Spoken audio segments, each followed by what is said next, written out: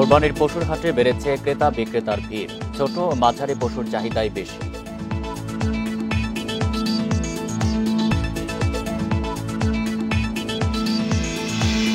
সড়ক মহাসড়কে ঈদে ঘরমুখো মানুষের ভিড়। গুরুত্বপূর্ণ অংশে বসানো হয়েছে চেকপোস্ট।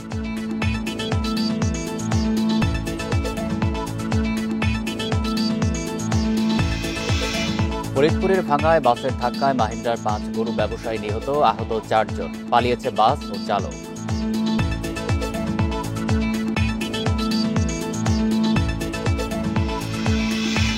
ফের উদ্বেগ বাড়াচ্ছে করোনা। রাজশাহীতে এক সপ্তাহে শনাক্ত 35%, বিধি মানার পরামর্শ।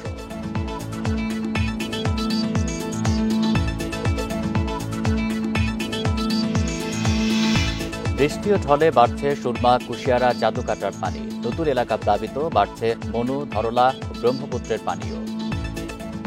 স্বাগত সমগ্র বাংলাদেশে, আপনাদের সাথে আছি আমি আলী আশরাফ। শুনছিলেন শিরোনাম, এবার বিস্তারিত। শুরুতেই কোরবানির পশুর হাটের খবর। রাজধানীর পশুর হাটে ছোট মাঝারি গরুর ক্রেতার চাহিদা রয়েছে, কিন্তু দুশ্চিন্তায় বড় গরুর বিক্রেতারা। কাঙ্ক্ষিত দাম না পাওয়ার শঙ্কা তাদের। ব্যবসায়ীরা বলছেন, এবার বড় গরুর ক্রেতাই কম। বিগত সময়ের বিত্তবান অনেকেই এখন দেশে নেই, যার প্রভাব পড়তে পারে বেচাকেনায়। মিরপুরের ইস্টার্ন হাউজিং হাটে রাজাবাবু, সুলতান ও নবাব নামের 3টি বড় গরু নিয়ে এসেছেন কুষ্টিয়ার ফজলুল হক। এর মধ্যে 20 মণ ওজনের রাজাবাবুর দাম হেঁকেছেন 12 লাখ টাকা, কিন্তু এখন পর্যন্ত দাম উঠেছে মাত্র 6 লাখ। বড় গরু ক্রেতা এখনো পাইনি। 2-1 খরিদ্দার আসে, আমার মন উপযুক্ত দাম হয় না এখনো। তা আমরা চাচ্ছি এখানে প্রচার হলে বড় গরুর ব্যাপার, লোকজন আসলে আমরা এটা বেশি শান্তি পাবো। 2-3টা গরু আছে, ওই একটা গরুর দামই কম বেশি হয়েছে, তারপর আর হয় নাই। একই অবস্থা পাবনার এই বিক্রেতার। উত্তরার দিয়াবাড়ি হাটে এনেছেন বেলজিয়াম জাতের একটি ষাঁড়। দাম চাওয়া হচ্ছে 14 লাখ টাকা। গরুটা ওজন আছে লাইভ 35 মণ। দাম চাওয়া দাম হচ্ছে 14 লাখ। এখন বেচা কেনার মাধ্যমে এর মধ্যে কম বেশি তো আছেই। রাজধানীর 19টি হাটেই বড় গরুর ব্যাপারীদের মুখে হতাশার ছাপ। কাঙ্ক্ষিত দাম নিয়ে শঙ্কায় তারা। ক্রেতা বলতে তেমন কিছু পাইনি, কিন্তু এই সাধারণ জনগণ, দর্শকের অভাব নেই। কিন্তু আসলে আমি যাদের জন্য আনা, তেমন ক্রেতার সমাগমের যে চাহিদার যে একটা মূল্য, যাই বলুক আসলে দামটা বলবে তো। গরু যে দাম করবে বা কথা বলবে, কত দাম জিজ্ঞাসা করছে, কিন্তু কেউ বলছে না ভাই যে আমার গরু ভাই এত টাকা দেবো কি বলবো, এরকম কিছু বলছে না। গরুটা যদি 700-800 টাকা না বেচতে পারি তাহলে আমার লস। এই অবস্থার পর আসি এখানে, বলে বড় গরু চলেই না শুনতেছি। এখন কতদূর কি হবে আল্লাহ ভরসা। বিক্রেতারা বলছেন, নানা কারণে এবার বড় গরুর ক্রেতা কমেছে। সবাই ঝুঁকছেন ছোট ও মাঝারি গরুর দিকে। হাটে একটা কাস্টমার নাই, কিছুই না। আমরা এখন কি করবো মামা? এখন আইসি কুষ্টিয়ার থেকে। গরুর দাম প্রচুর বেশি যাচ্ছে, যেটা ক্রেতার নাগালের বাইরে যাচ্ছে ওনারা দাম। এখনো নাগালের মধ্যে আসেনি। হাটের গরু অনেক জমছে, কিন্তু গরুর দামটা একটু বেশি। অন্যান্য হাটও দেখছি, আমরা গতকাল গাবতলিও গেছিলাম, গাবতলির তুলনায় এই হাটে একটু গরুর দামটা বেশি চাইতেছে। গত বছরের চেয়ে এবার দেশে কোরবানির পশুর উৎপাদন 5 লাখ কমেছে। তারপরও বড় গরুর চাহিদা কম। Adilur Rahman, Independent News, Dhaka. জমে উঠেছে দেশের বিভিন্ন জেলার কোরবানির পশুর হাট। সবগুলো হাটেই বেচাকেনা ভালো বলছেন ক্রেতা বিক্রেতারা। বড় পশুর চেয়ে ছোট মাঝারি পশুর চাহিদা বেশি বাজারে। হাটে ক্রেতা বিক্রেতাদের নিরাপত্তায় তৎপর আইনশৃঙ্খলা বাহিনী। রাজশাহীর সিটি হাট। ক্রেতা বিক্রেতাদের হাকডাকে মুখর কুরবানির পশুর হাট। রাজশাহী অঞ্চলের সবচেয়ে বেশি পশু কেনাবেচা হয় এই হাটে। রাজশাহীর 19টি স্থায়ী হাটে চলছে পশু বেচা কেনা। এবারও ছোট ও মাঝারি গরুর চাহিদা বেশি।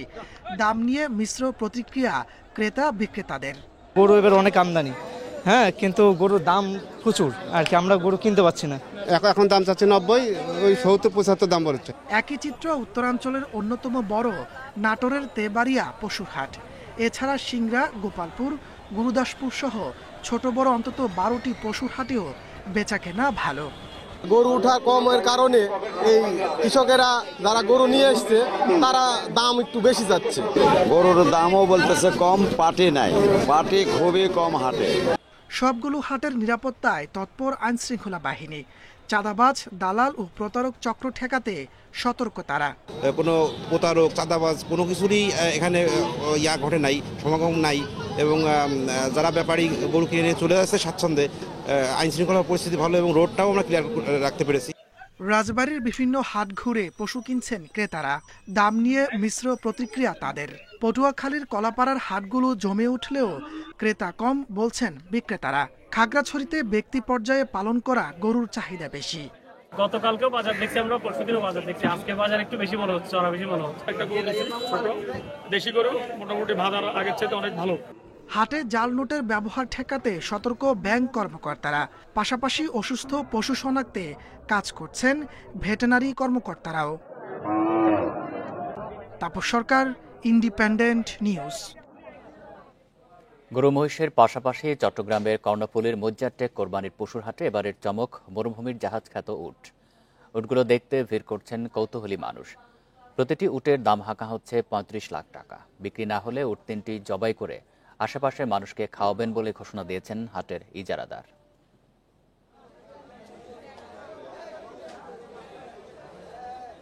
বড় আকারের গরুকে কেন্দ্র করে মানুষের আগ্রহ থাকে বেশি, কিন্তু আবার বড় গরু কিংবা মহিষ নয়, হাটে আসা তিনটি উটকে কেন্দ্র করে ভিড় করছেন ক্রেতারা। ৫ বছর আগে সৌদি থেকে ৬০টি উট আনেন বেনাপুলের ফিরোজ মামুন ডেইরি ফার্ম। চট্টগ্রামের এই হাটে আনা ১২ থেকে ১৫ মণ ওজনের প্রতিটি উটের দাম চাওয়া হয়েছে ৩৫ লাখ। শৌখিন ক্রেতাদের জন্য আনা উট বিক্রির কথা প্রায় চূড়ান্ত বলেও জানান ডেইরি ফার্মের প্রতিনিধি। এটা নিয়ে আসা আপনার হলো সৌদি আরব থেকে। এ নিয়ে আমরা ধরেন আমাদের যশোর পুটখালি এখানে 5 বছর ধরে লালন পালন করছি, করে এখন ধরেন এখানে বিক্রয় করার জন্য নিয়ে এসেছি। যদি বিক্রয় করতে পারি তাহলে তো কপাল ভালো আমাদের, আর না হলে ধরেন তো আমাদের ব্যাকে নিয়ে যেতে হবে। শুক্রবার উটগুলো হাটে তোলার পর থেকে দেখতে ভিড় করছেন মানুষ। কিনতে না পারলেও উট দেখেই আনন্দ পাচ্ছেন সবাই। বাজারে বিশাল উট আসছে বলে বলছে, সেই জন্য আমরা দেখার জন্য আসছে, অনেক আগ্রহ করি। আমাদের বাংলাদেশে একটু নতুন না হিসেবে, ওইখানে তো পুরান, সবাই দেখতে আসে, সেই জন্য আমি দেখতে এসেছি। আমাদের ইচ্ছা ছিল দুবাই থেকে বিদেশে দেখবো, কিন্তু এখানে দেখবো ওগুলা উট, কল্পনার বাইরে এত বড় উট আমরা কখনো দেখি নাই। প্রতি বছর যশোরের ব্যাপারীরা হাটে বড় গরু আনলেও এবার গরুর সাথে এনেছে 3টি উট। উটগুলো বিক্রির আশা হাট ইজারাদারের। কি বলো, কবে কিনে এটা কি বলেন? না হলে আকবর মামা জব করে দিব, নিয়ে বাংলাদেশের সবাই জানবে আকবর মামা উট জব করছে। এগুলো তানসিদে আমাদের চট্টগ্রামের যত শিল্পপতি আছে, তাহলে ওরা যদি না আকবর মামা নিয়ে জব করে খাওয়ালে নাম আমার হবে। এর আগে 2022 সালে মজ্জারটেক কুরবানির হাটে গোলাপি মহিষ তুলে সারা ফেলেছিলেন এক খামারি। তবে এবার উটের উপস্থিতি সেই চমককে ছাপিয়ে গেছে। আলমগীর সবুজ, ইন্ডিপেন্ডেন্ট নিউজ, চট্টগ্রাম। এ বিষয়ে আরো জানাতে চট্টগ্রাম থেকে যুক্ত হচ্ছেন সহকর্মী অনুপম শীল। অনুপম, চট্টগ্রামে পশুর হাটের খবর জানাবেন। মজ্জারটেক হাটে তো বড় গরুর প্রতি এক ধরনের আকর্ষণ থাকে মানুষের। এবার বড় গরুর চাহিদা কেমন? আর এবার তো উটও উঠেছে, সেগুলো দাম কেমন চাওয়া হচ্ছে? ক্রেতারা বা দাম কেমন বলছেন জানাবেন। আমরা এখন আছি সাগরিকা হাটে এবং আমার পেছনেই দেখতে পাচ্ছেন যে আস্তে আস্তে মোটামুটি জমে উঠেছে এই কোরবানির পশুর হাট। এবং আমরা এখানে এসে যেটা দেখছি, এখন পর্যন্ত বিক্রেতা বা ক্রেতাদের সাথে কথা বলে যেটি বোঝা যাচ্ছে যে বড় গরুর এখনো পর্যন্ত কেনা বেচা বা একটু কম, অর্থাৎ এখনো মাঝারি বা এই ছোট আকারের গরুই বেশি বিক্রি হচ্ছে। এবং সেই প্রেক্ষাপটে এখানে বিক্রেতারা যেটি বলছেন যে যারা মূলত একটু দামের বা বেশি বা বড় গরু কিনেন, তারা এখনো মাঠে সক্রিয় না, তারা এখানে আসলে ওই অর্থে বাজারে আসেননি। তবে যেহেতু এই শহরে এই গরু যথাযথভাবে নিয়ে রাখা একটা বড় চ্যালেঞ্জ, কারণ বেশিরভাগ ক্ষেত্রেই বাড়ি ঘরে বা বাসাগুলোতে গরু রাখার ব্যবস্থাপনাটা একটু কম। সেজন্য আসলে দেখা যাবে যে আজকের পর থেকে, অর্থাৎ বৃহস্পতিবার থেকে আসলে এই ধরনের বিক্রয় হতে পারে গরুগুলো, সেই বিষয়টি বলা হচ্ছে। এবং এক্ষেত্রে অন্যান্য বারও আমরা যে গল্পটি শুনি বা যে কথাগুলো শুনি, বিক্রেতা এবং ক্রেতার মধ্যে পারস্পরিক যে বসটা সেটি হয় এবং যথারীতি এবারও সেটি আছে। অর্থাৎ বিক্রেতারা বলছেন যে ক্রেতারা স্বভাবত একটু কম দাম বলছেন বড় ছোট সব গরুরই, আর ক্রেতারা বলছেন যে যথারীতি যে একটু গরুর এখনো পর্যন্ত দাম ছাড়ছে না ব্যাপারীরা। চট্টগ্রামে কিন্তু এই আমরা যে হাটটিতে আছি এটি একটি স্থায়ী হাট, এছাড়াও চট্টগ্রামে আরও বেশ কয়েকটি স্থায়ী হাট, বিশেষ করে বিবিধ হাট, স্থায়ী হাটে গরু বেচাকেনা, কোরবানি পশু বেচাকেনা হচ্ছে। পাশাপাশি আমরা এর বাইরে অনেকগুলো অস্থায়ী হাট বসেছে এবং সেই অস্থায়ী হাটগুলোতেও আস্তে আস্তে কেনা বেচা জমে উঠেছে। তবে এখনো আসলে মানে সবাই দেখছেন, অনেকেই বাজার ঘুরে ঘুরে দেখছেন, কিন্তু কেনার বিষয়টি হয়তো আগামীকাল থেকে শুরু হবে। এবং আমরা দেখছি যে শহরের বাইরের যে হাটগুলো আছে বিভিন্ন উপজেলাতে, সেখানে কিন্তু খুব জমজমাট বেচাকেনা চলছে। অনুপম, আপনি থাকবেন আমাদের সাথে। আমরা এবার একটু শেরপুরের খবর জানবো। সেখান থেকে যুক্ত আছেন সহকর্মী মেরাজউদ্দিন। মেরাজউদ্দিন, শেরপুরে পশুর হাট কতটা জমে উঠেছে? দাম নিয়ে ক্রেতা বিক্রেতারা কি বলছেন?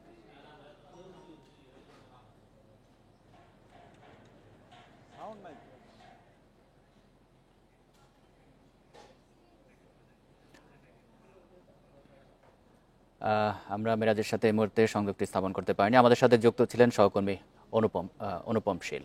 প্রধান উপদেষ্টা যুক্তরাজ্য সফরকে সামনে রেখে পররাষ্ট্র মন্ত্রণালয়ে ব্রিফিং চলছে, সরাসরি চলে যাচ্ছি সেখানে। ঐতিহ্যবাহী শিল্প, স্থাপত্যকলার লালন ও প্রসার এবং সৃজনশীল ও উদ্ভাবনী উদ্যোগসমূহকে উৎসাহ প্রদানের লক্ষ্যে রাজা তৃতীয় চার্লস তথা তৎকালীন প্রিন্স অফ ওয়েলস 1990 সালে দ্য কিংস ফাউন্ডেশন নামে যুক্তরাজ্য ভিত্তিক দাতব্য সংস্থাটি প্রতিষ্ঠা করেন। গত বছর অর্থাৎ 2024 সালে জলবায়ু পরিবর্তনের অভিঘাত মোকাবেলা ও টেকসই উন্নয়নে অনবদ্য অবদান রাখায় ফাউন্ডেশনের পক্ষ থেকে জাতিসংঘের মহাসচিব বান কি মুনকে সম্মানসূচক কিং চার্লস III হারমোনি অ্যাওয়ার্ডে ভূষিত করা হয়। তাছাড়া দ্য কিংস ফাউন্ডেশন তার 35 বছর পূর্তি উপলক্ষে আগামী 11 জুন 2025 তারিখ সন্ধ্যায় একটি বিশেষ নৈশভোজের আয়োজন করেছে। মাননীয় প্রধান উপদেষ্টা এই নৈশভোজেও যোগ দেবেন বলে ধারণা করা হচ্ছে। সামগ্রিকভাবে এই সফর বাংলাদেশ ও যুক্তরাজ্যের মধ্যকার ঐতিহ্যবাহী বন্ধুত্বপূর্ণ সম্পর্ককে আরো গভীর ও সুসংহত করবে, বাংলাদেশের আন্তর্জাতিক অবস্থানকে আরো শক্তিশালী করবে, দুদেশের অর্থনৈতিক সম্পর্ককে নতুন উচ্চতায় পৌঁছে দেবে এবং চলমান গণতান্ত্রিক প্রক্রিয়ায় আন্তর্জাতিক সমর্থন আদায়ে গুরুত্বপূর্ণ ভূমিকা পালন করবে বলে আমরা বিশ্বাস করি। আপনাদের সবাইকে ধন্যবাদ। এবার আপনাদের কোনো প্রশ্ন থাকলে আমরা উত্তর দিতে চেষ্টা করব। এখানে প্রধান উপদেষ্টা যুক্তরাজ্য সফর নিয়ে ব্রিফিং হচ্ছিল পররাষ্ট্র মন্ত্রণালয়ে। আমরা সরাসরি সেখানে ছিলাম। যাচ্ছি পরের খবরে। ঈদের ছুটি শুরু না হলেও ঘরে ফেরা মানুষের চাপ বেড়েছে সড়ক মহাসড়কে, তবে কোথাও তেমন যানজট লক্ষ্য করা যায়নি। গাজীপুরে বৃষ্টিতে সড়কে জলাবদ্ধতা তৈরি হলে দুর্ভোগের আশঙ্কা করছেন যাত্রী ও চালকেরা। তবে যানজট নিরসন ও জলাবদ্ধতা দূর করতে সব ধরনের প্রস্তুতির কথা জানিয়েছে পুলিশ ও সিটি কর্পোরেশন। এদিকে সাভার ও আশুলিয়ায় পোশাক কারখানার ঈদের ছুটি শুরু না হওয়ায় নবীনগর চন্দ্রা ও ঢাকা আরিচা মহাসড়কে নেই যানবাহনের চাপ। বিকেল থেকে প্রথম ধাপে অন্তত 40% কারখানায় ছুটি শুরু হলে সন্ধ্যার পর চাপ বাড়তে পারে। এছাড়া ঢাকা টাঙ্গাইল মহাসড়কে ঘরমুখী মানুষের চাপ বেড়েছে। পরে যমুনা সেতু সংযোগ সড়কে কয়েকটি দুর্ঘটনা ও গাড়ি বিকল হওয়ায় থেমে থেমে যানজট সৃষ্টি হয়। দুর্ঘটনা কবলিত যানবাহন সরানোর পর স্বাভাবিক হয় চলাচল।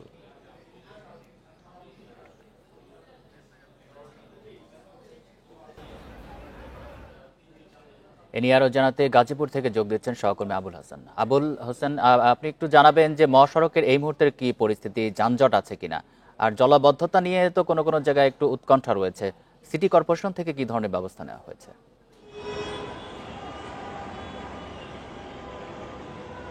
দেখুন, সড়কের পরিস্থিতি যদি বলি, এখন কিন্তু মহাসড়কে গাড়ি চাপ বেড়েছে এবং মানুষের উপস্থিতি আমরা দেখেছি আগের তুলনায় অনেকটা বেড়ে গেছে। এবং আগামীকাল আপনি জানেন যে গাজীপুরের বেশিরভাগ তৈরি পোশাক কারখানা ছুটি হবে, সেই ক্ষেত্রে মানুষের চাপ এবং গাড়ির চাপ আরও বাড়তে পারে এরকমটা বলছেন এখানকার ট্রাফিক বিভাগ, এবং সেই লক্ষ্যে তাদের আলাদা পরিকল্পনা রয়েছে বলে এখানকার পুলিশ কর্মকর্তারা আমাকে জানিয়েছেন। এখানে পুলিশ যেটি বলছেন যে তাদের কাছে বেশ কিছু চ্যালেঞ্জ রয়েছে। এর মধ্যে একটি হচ্ছে যদি বৃষ্টিপাত হয় সেক্ষেত্রে মহাসড়কের বিভিন্ন পয়েন্টে, বিশেষ করে ভোগড়া বাইপাস, চান্দনা চৌরাস্তা সহ বেশ কিছু এলাকায় জলাবদ্ধতা সৃষ্টি হতে পারে। সেক্ষেত্রে গাড়ির গতি কমে গেলে বা অনেক সময় গাড়ি বৃষ্টিতে পানিতে এখানে যে যন্ত্রাংশ সেগুলো বিকল হয়ে গেলে তাদের সেক্ষেত্রে কিছুটা সমস্যা হতে পারে, সেই আশঙ্কাটা রয়েছে। এছাড়া এখানে কিন্তু যত্রতত্র যে গাড়ি পার্কিং, ওভারটেকিং এগুলো সমস্যা রয়েছে। পাশাপাশি আপনি জানেন যে বিভিন্ন ফিডার রুট রয়েছে, সেই ফিডার রুট থেকে অনেক সময় অটোরিকশা, সিএনজি চালিত গাড়ি এগুলো মহাসড়কে উঠে আসছে। ফলে এখানে ট্রাফিক বিভাগ বলছে যে এগুলো তাদের জন্য চ্যালেঞ্জ হয়ে দাঁড়িয়েছে এবং তারা বলছেন যে এগুলো মাথায় রেখেই তারা বিভিন্নভাবে কাজ করে যাচ্ছেন। অতিরিক্ত পুলিশ মোতায়েন করেছেন এবং কোনো কারণে গাড়ি যদি বিকল হয়ে যায় সেক্ষেত্রে রেকারিং করে যাতে গাড়ি দ্রুত সরিয়ে ফেলা যায় সেই লক্ষ্যে তাদের পরিকল্পনা রয়েছে। কিছুক্ষণ আগে এখানে গাজীপুরের মহানগর পুলিশের কমিশনার এসেছিলেন, তিনি এখানে সার্বিক ট্রাফিক ব্যবস্থাপনা দেখেছেন এবং তিনি বলছেন যে এখন পর্যন্ত যে পরিবেশ রয়েছে, পরিস্থিতি রয়েছে, সেখানে কোনো ধরনের বড় ধরনের কোনো যানজট নেই, গাড়ি অনেকটা স্বাভাবিক গতিতেই চলাচল করছে। তবে তিনি বলছেন যে যদি বৃষ্টিপাত হয় সেই কারণে কিছুটা সমস্যা হতে পারে, সেই লক্ষ্যে তাদের আলাদা পরিকল্পনা রয়েছে এবং তিনি বলছেন যে অতিরিক্ত পুলিশ এখানে কাজ করছে। পাশাপাশি যাত্রীদের তিনি বলছেন যে তাড়াহুড়ো না করে ধীর স্থিরভাবে যাতে গন্তব্যে যান সেই ব্যাপারে তিনি বলছেন যে এই চ্যালেঞ্জগুলো ছাড়াও কিন্তু পশুবাহী ট্রাক রয়েছে যেগুলো ঢাকামুখী রয়েছে, ফলে ট্রাফিক বিভাগের দুই দিকেই কিন্তু কাজ করতে হচ্ছে। আর জলবদ্ধতার নিরসনের ব্যাপারে সিটি কর্পোরেশন বলছেন যে মুগর খাল সহ বেশ কিছু খাল তারা পুনরুদ্ধার করেছেন, অনেক ড্রেনেজ ব্যবস্থায় সচল করেছেন, ফলে তারা আশা করছেন যে জলবদ্ধতার আশঙ্কা করা হচ্ছে সেই জলবদ্ধতা নিরসন হবে এবং সেই লক্ষ্যে তাদের আলাদা ভলান্টিয়ার রয়েছে বলে সিটি কর্পোরেশন কর্তৃপক্ষ আমাদেরকে জানিয়েছে। এই ছিল গাজীপুরের সড়ক পরিস্থিতির খবর। গাজীপুর থেকে জানাচ্ছেন সহকর্মী আবুল হাসান। ঈদকে সামনে রেখে ঢাকা চট্টগ্রাম মহাসড়কের কুমিল্লা অংশে যানজট ও আইনশৃঙ্খলা রক্ষায় পুলিশের পাশাপাশি দায়িত্ব পালন করছে সেনাবাহিনী। মহাসড়কের গুরুত্বপূর্ণ অংশে বসানো হয়েছে চেকপোস্ট। মহাসড়কের যানজটপ্রবণ এলাকা, অপরাধ ও দুর্ঘটনাপ্রবণ এলাকা চিহ্নিত করা হয়েছে। এছাড়া আঞ্চলিক মহাসড়কেও হাইওয়ে পুলিশের সদস্য মোতায়েন করা হয়েছে। ঢাকা চট্টগ্রাম মহাসড়কের কুমিল্লা অংশে 12টি পয়েন্টকে গুরুত্ব দিয়ে সড়ক নিরাপত্তায় যৌথ বাহিনীর তল্লাশি চালানো হবে। এবারে ঈদ যাত্রায় সাধারণ মানুষ স্বস্তিতে বাড়ি ফিরতে পারবে আশা পুলিশ সুপারের। অস্থায়ী কন্ট্রোল রুম আছে, এছাড়াও আমরা সেক্টর সাবসেক্টর ভাগ করা হয়েছে। ঢাকা চট্টগ্রাম মহাসড়ক প্লাস আঞ্চলিক মহাসড়ক সবকিছু মিলিয়ে আমরা 841 জন ফোর্স অফিসার ডিপ্লয়মেন্ট করেছি। আমি নিজেও এই ডিপ্লয়মেন্টের অংশ। ঈদুল আজহার 10 দিনের ছুটিকে সামনে রেখে শহরে পুলিশ, র্যাব ও সেনাবাহিনী নিরাপত্তা জোরদার করা হয়েছে। বরিশালে পুলিশের সাথে সহযোগিতার জন্য নগর জুড়ে পথে নেমেছে 150 জন এপিবিএন সদস্য। পুলিশের পোশাকের পাশাপাশি মাঠে থাকবে সাদা পোশাকের পুলিশ। এছাড়া নগরীর 13টি স্থানে বসানো হয়েছে পুলিশের চেকপোস্ট। এছাড়া ফরিদপুরের ভাঙা থেকে পটুয়াখালীর কুয়াকাটা পর্যন্ত মহাসড়কে র্যাবের 28টি চেকপোস্ট থাকবে। এদিকে ঈদকে সামনে রেখে কুড়িগ্রামের ট্রাফিক নিয়ন্ত্রণ ও চাঁদাবাজির তৎপরতা বন্ধে মাঠে কাজ করছে সেনাবাহিনী। চোরাকারবারি রোধ, মাদক নিয়ন্ত্রণ সহ আইনশৃঙ্খলা পরিস্থিতি অবনতি যাতে না ঘটে সেজন্য সেনাবাহিনী সতর্ক রয়েছে। এছাড়া শহরে গুরুত্বপূর্ণ মোড়ে বসানো হয়েছে চেকপোস্ট।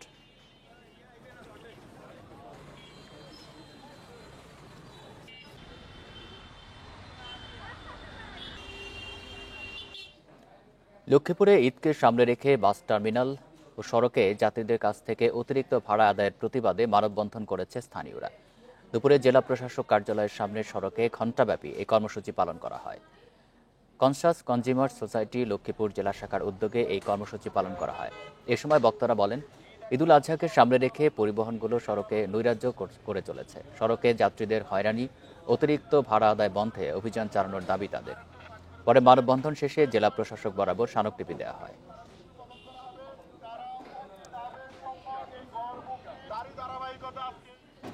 ফরিদপুরের ভাঙায় বাসের ধাক্কায় মাহিন্দ্রার 5 যাত্রী নিহত হয়েছেন। এই ঘটনায় আহত হয়েছেন আরও 4 জন। নিহতরা সবাই মাহিন্দ্রার যাত্রী।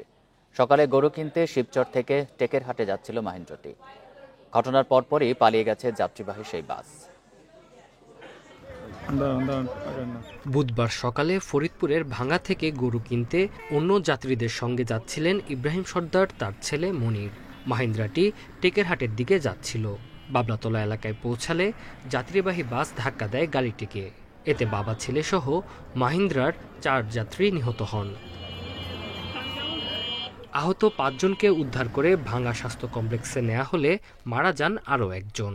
গুরুতর আহত 4 জনকে ফরিদপুর মেডিকেলে পাঠানো হয়েছে। দুর্ঘটনার খবর পেয়ে হাসপাতালে ছুটে আসেন স্বজনরা। আমার বাড়িতে এখন 3 জন মারা গেছে, আমার আব্বা, আমার ছোট ভাই, আমার ফুফাতো ভাই। অটোটা যাত্রী নামতেছিল, মাহিন্দ্রা আসছে, মাথা বাড়াইছে, একটা পরিবার এসে মাহিন্দ্রার বাড়ি দিয়ে ফেলাই গেছে। নিহতরা সবাই গরু ব্যবসায় জড়িত বলে জানিয়েছে হাইওয়ে পুলিশ। টোটাল 5 জন নিহত হয়েছেন, এটা অত্যন্ত মর্মান্তিক। আমরা ইতিমধ্যে 4 জনের নাম ঠিকানা শনাক্ত করা হয়েছে, আর বাকিটা প্রক্রিয়াধীন আছে। এই ঘটনায় আমরা রেগুলার মামলা রুজু হবে। তদন্ত সাপেক্ষে আমরা আশা করি ঘাতক যে গাড়ি সেটাকে আমরা আইডেন্টিফাই করতে পারবো। ঘটনার পরপরই বাস নিয়ে পালিয়েছে চালক। বাস শনাক্তে কাজ করছে হাইওয়ে পুলিশ। Independent news. রাজশাহীতে এক সপ্তাহে করোনা শনাক্তের হার 35% বেশি। শুধু সোম এবং মঙ্গলবার 26টি নমুনার 13টিতেই কোভিড ভাইরাস ধরা পড়েছে। আক্রান্তরা বেশিরভাগ চিকিৎসা সেবায় জড়িত। এতে উদ্বেগের কিছু না দেখলেও স্বাস্থ্যবিধি মেনে চলার পরামর্শ বিশেষজ্ঞদের। 2022 সাল থেকে করোনা সংক্রমণ কমতে শুরু করে। পরের বছর থেকে করোনা রোগী শনাক্তের হার শূন্যের কাছাকাছি। তবে নতুন করে যেন আবার চোখ রাঙাচ্ছে অতি সংক্রমণশীল এই ভাইরাস। রাজশাহী মেডিকেলের ল্যাবে 1.5 বছরে শুধু বিদেশ যাত্রা কিংবা ব্যক্তিগত কারণে করোনা পরীক্ষার জন্য নমুনা জমা পড়েছে। এই সময়ে কারোই এ রোগ শনাক্ত হয়নি। তবে মে মাসের শেষ সপ্তাহে একজনের শরীরে এ ভাইরাস ধরা পড়ে। এরপর এ হার বাড়তে থাকে। গেল সোমবার 15টি নমুনার মধ্যে 9টিতে করোনা ধরা পড়ে। আমরা যে ভ্যাকসিন দিলাম, ধরেন তার ভ্যাকসিনটা গেল, তার ওই ভ্যাকসিনটা যায় ওই ভাইরাসটা ওই মাসে কাজ করবে। এখন সেই ভাইরাস একটা চেঞ্জ হয়ে গেল, তখন আর আমার ওকে চিনতে পারছে না। ফলশ্রুতিতে কী হচ্ছে, সে আক্রান্ত হচ্ছে। কিন্তু যেটা হচ্ছে আমার লাভ, যেটা হচ্ছে আমাদের সিভিয়ারিটি কম হচ্ছে। নতুন আক্রান্তদের হাসপাতালে ভর্তির প্রয়োজন হয়নি। তবুও বিশেষ ওয়ার্ড প্রস্তুত রেখেছে রাজশাহী মেডিকেল। করোনার জন্য যে বিশেষায়িত আইসোলেশন ওয়ার্ড, সেটি সার্বক্ষণিক প্রস্তুত রেখেছি এবং যে কোনো পরিস্থিতিতে যদি করোনা পজিটিভ রোগী আমাদের এখানে ভর্তি হয়, আমরা তাদের সেবা দেওয়ার জন্য যা যা প্রয়োজন, সেই জনবল থেকে শুরু করে ওষুধপত্র, সেগুলো প্রস্তুত রেখেছি। সংক্রমণ বৃদ্ধিতে উদ্বেগের কিছু দেখছেন না বিশেষজ্ঞরা। বলছেন আগের মতো তীব্র শারীরিক সমস্যা হওয়ার শঙ্কা কম এখন। করোনা ভাইরাস মিউটেশন হয়ে যাওয়ার পরে এটা মেইনলি এখন আপার রেসপিরেটরি ট্র্যাক্টকে ধরতেছে। একদম ফ্লু লাইক সিমটমস, মানে সর্দি, জ্বর, কাশি একটু এরকম থাকতেছে। সিভিয়ার কেস আমরা রাজশাহীতে এখনও দেখি নাই। সেই সময় কিন্তু প্রেডিকশন ছিল যে করোনাটা একসময় আলটিমেটলি ফ্লু লাইক ইলনেসের মতো করে কোনোটিতে পারসিস্ট করবে, এবং সেই প্রেডিকশনটা কিন্তু আসলে বাস্তবে আমরা দেখতে পাচ্ছি। চিকিৎসকরা উদ্বিগ্ন না হলেও মাস্ক ব্যবহার সহ অন্য স্বাস্থ্যবিধি মেনে চলার পরামর্শ দিয়েছেন। Ahsan Habib, Apu, independent news, Rajshahi. বৃষ্টি উজানের ঢলে সুনামগঞ্জে বাড়ছে সুরমা, কুশিয়ারা ও জাদুকাটা নদীর পানি। এতে প্লাবিত হচ্ছে নতুন নতুন এলাকা। মৌলভীবাজারে মনু ও ধলাই নদীর পানি বিপদসীমার ওপর দিয়ে বইছে। এদিকে কুড়িগ্রামে তিস্তার পানি কমলেও বাড়ছে ধরলা ও ব্রহ্মপুত্রের পানি। সুনামগঞ্জে কুশিয়ারা নদীর পানি বিপদসীমার 13 সেন্টিমিটার উপর দিয়ে বইছে। নদী তীরবর্তী 3 স্থানে দেখা দিয়েছে ভাঙন। পাশাপাশি বাড়ছে সুরমা ও জাদুকাটা নদীর পানিও। আগামী 48 ঘন্টা পানি আরও বাড়তে পারে বলে জানিয়েছে পানি উন্নয়ন বোর্ড। উজানে যদি অধিক বৃষ্টিপাত হয়, সেক্ষেত্রে নদীর প্রশস্ততা কম থাকার কারণে অধিক উচ্চতায় পানি প্রবেশ করে এবং এই নদীর পার্শ্ববর্তী যে এলাকাগুলো আছে সেগুলো মনে হচ্ছে যে প্লাবিত হচ্ছে। হাওরের যখন পানি প্রবেশ করে তখন সেখানে পানিটা হাইটটা কমে যায় এবং কখনো কখনো সেই এলাকাগুলোতে মনে হয় যে এখানে পানি বন্যার প্রভাব নেই। সিলেটের জকিগঞ্জে উজান থেকে নেমে আসা ঢলে বাড়ছে সুরমা ও কুশিয়ারার পানি। এতে প্লাবিত হচ্ছে নতুন নতুন এলাকা। বর্তমানে যেভাবে নদীতে পানি বাড়ে, এইভাবে তো আমরা বাড়ি করে থাকা যাইতো না। এই যে অবস্থা বন্যার, গেছে আরো সেম জায়গায় ভাঙিছে, এইবারও ভাঙিছে। এটা মানে কোনো সরকারি বালা উদ্যোগ নেওয়া হয় না। যে মৌলভীবাজারের মনু, ধলই ও কুশিয়ারা পানির বিপদসীমার নিচ দিয়ে বইছে। এখনও পানিবন্দী রাজনগর উপজেলার কুশিয়ারা নদীর পাড়ের অন্তত 5টি গ্রামের মানুষ। বাঁধটা ওই সেইটার মাঝে মানে প্রায় 80% হইল গিয়া ফলি এবং বালি মিশ্রিত, যার কারণে যখন পানির লগে বালু মিশ্রিত হয় তখন অটোমেটিক দসি দসি জার গিয়া। কিন্তু ব্লকের খাত যেরকম আইছিল 100 খাসটাল দইতো, আজকে হাজার হাজার মানুষ ভাই আতঙ্কত পড়লো না। ব্রাহ্মণবাড়িয়ার আখাউড়ায় রাস্তাঘাট ও ঘরবাড়ি থেকে পানি নেমে যাওয়ায় আশ্রয় কেন্দ্রে থাকা 50টি পরিবার বাড়িতে ফিরেছে। কুড়িগ্রামে তিস্তার পানি কমলেও বাড়ছে ধরলা ও ব্রহ্মপুত্রের পানি। ফলে উলিপুর, চিলমারি ও রাজারহাটে নদী তীরবর্তী ও চরের নিচু এলাকা প্লাবিত হয়েছে, তলিয়েছে বাদাম, বীজতলা, পাটসহ রবি শস্য। পানিটা মনে করেন বাড়ছে, এই পানিতে মনে করেন অনেক আবাদি জমি, বাদাম, পাট অনেক নষ্ট হয়ে গেছে। খাবো কোথায় যাব? গরু ছাগল মনে করেন যে ফসলি জায়গা জমি সব মনে করেন যে নষ্ট হয়ে যায়। পানি বাড়ায় ভাঙছে নদী, ঝুঁকিতে রয়েছে বাঁধসহ অনেক স্থাপনা। Tanzil Hasnat, Independent News. পদ্মা নদীতে পানি বেড়ে যাওয়ায় রাজবাড়ীর দৌলতদিয়ার 7 নম্বর র্যাম্প পানিতে তলিয়ে গেছে। ঘাট মেরামত করতে কাজ করছে বিআইডব্লিউটিএ। বিআইডব্লিউটিসি জানায়, হঠাৎ পদ্মা নদীতে পানি বাড়ায় 7 নম্বর ফেরিঘাটের র্যাম্প তলিয়ে যায়। এতে সকাল থেকে ঘাট দিয়ে যানবাহন ওঠানামা বন্ধ হয়ে পড়ে। তবে ঘাটটি বন্ধ থাকলেও ঘাট এলাকায় কোনো যানজট নেই। বর্তমানে 3 ও 4 নম্বর ঘাট দিয়ে যানবাহন পারাপার করা হচ্ছে। সন্ধ্যার মধ্যে ঘাটটি মেরামত করা শেষ করা হবে বলে জানিয়েছে কর্তৃপক্ষ।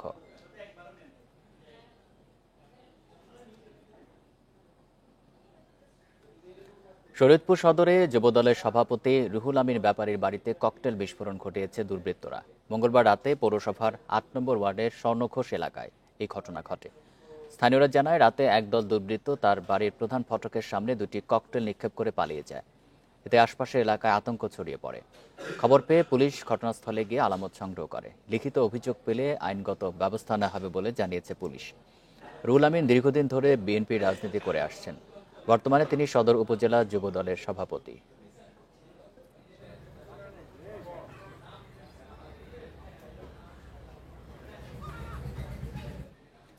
কুমিল্লায় জেল থেকে বের হয়ে পশুর হাটে ডাকাতির প্রস্তুতিকালে 3 যুবককে গ্রেপ্তার করেছে পুলিশ। দুপুরে জেলা পুলিশ কার্যালয়ের সংবাদ সম্মেলনে পুলিশ এই তথ্য জানায়। পুলিশ জানায়, মঙ্গলবার রাতে টমসম ব্রিজ এলাকায় তল্লাশিকালে একটি অটোরিকশাকে থামার জন্য সংকেত দেওয়া হয়। এ সময় যাত্রী বেশে থাকা খায়রুল হাসান পুলিশকে উদ্দেশ্য করে গুলি ছোড়ার চেষ্টা করে। পরে অন্যদের সহযোগিতায় খায়রুলের 3 সহযোগীকে আটক করা হয়। এ সময় তাদের সাথে থাকা 2 যুবক পালিয়ে যায়। তাদের কাছ থেকে 2 রাউন্ড গুলি ও একটি বিদেশি পিস্তল জব্দ করা হয়। তাদের বিরুদ্ধে ডাকাতির প্রস্তুতি ও অস্ত্র আইনে মামলা দায়ের করা হয়েছে।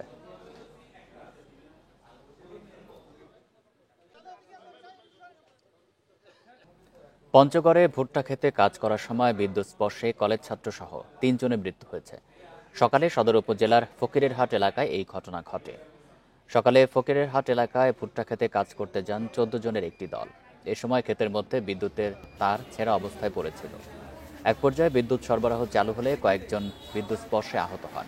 এতে ঘটনাস্থলে মারা যান কলেজ ছাত্র জামিউল। আহত অবস্থায় 3 জনকে হাসপাতালে নেয়ার পথে মারা যান রাব্বানী ও শাহিন।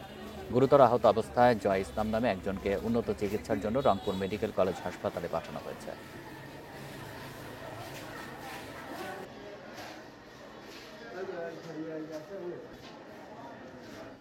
খাগড়াছড়িতে ঈদুল আজহা উপলক্ষে আনসার ভিডিপি ভাতাভোগীদের মাঝে উপহার সামগ্রী বিতরণ করা হয়েছে। সকালে পৌর টাউন হলে আনসার ভিডিপির মহাপরিচালকের পক্ষ থেকে এই উপহার সামগ্রী বিতরণ করা হয়। ঈদ উপলক্ষে 3,500 সদস্যের মাঝে উপহার সামগ্রী বিতরণ করা হয়। ঈদের আগে উপহার পেয়ে খুশি আনসার ও ভিডিপির ভাতাভোগী সদস্যরা। এ সময় পার্বত্য এলাকায় পাহাড় ধস সহ বিভিন্ন প্রাকৃতিক দুর্যোগে আনসার সদস্যরা সবসময় প্রস্তুত রয়েছেন বলে জানান আনসার ও গ্রাম প্রতিরক্ষা বাহিনীর উপমহাপরিচালক। এদিকে সকালে নীলফামারীতে ছাত্র জনতার গণ অভ্যুত্থানে শহীদ পরিবার ও আহত 2 শতাধিক পরিবারের মাঝে ঈদ উপহার সামগ্রী বিতরণ করেছে জেলা প্রশাসন। খুলনা ও বাগেরহাট অঞ্চলের আত্মসমর্পণকারী বনদস্যুদের ঈদ সামগ্রী বিতরণ করে র্যাব 6।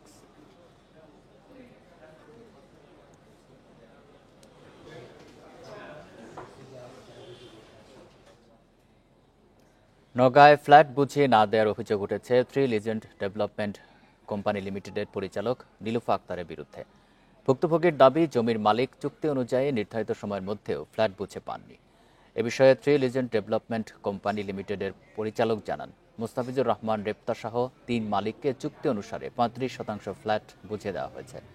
তবে বিভিন্নভাবে বাধা দেয় ফ্ল্যাটের কাজ শেষ করা যায়নি। নওগাঁ সদর মডেল থানার অফিসার ওসি নুরে আলম সিদ্দিকী বলেন, এ বিষয়ে ভুক্তভোগী থানায় অভিযোগ দিয়েছেন। তবে সিভিল মামলা হয় তাদেরকে আদালতের মাধ্যমে নিষ্পত্তির পরামর্শ দেওয়া হয়েছে।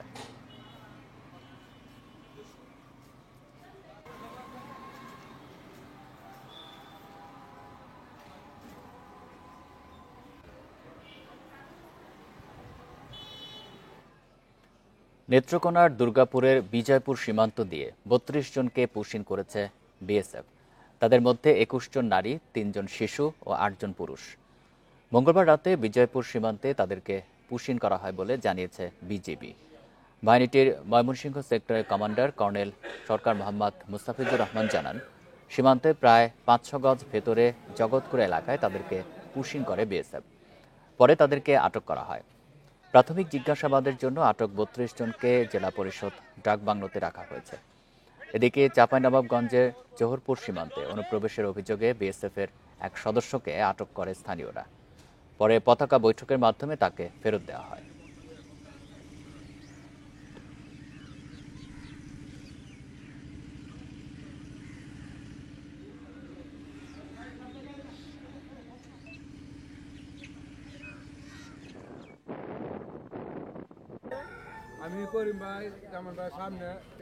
এই ছিল সমগ্র বাংলাদেশে ইন্ডিপেন্ডেন্ট টেলিভিশনের সব খবরের। আরো বিস্তারিত জানতে চোখ রাখুন ফেসবুক, ইউটিউব এবং এক্সে। ধন্যবাদ সবাইকে।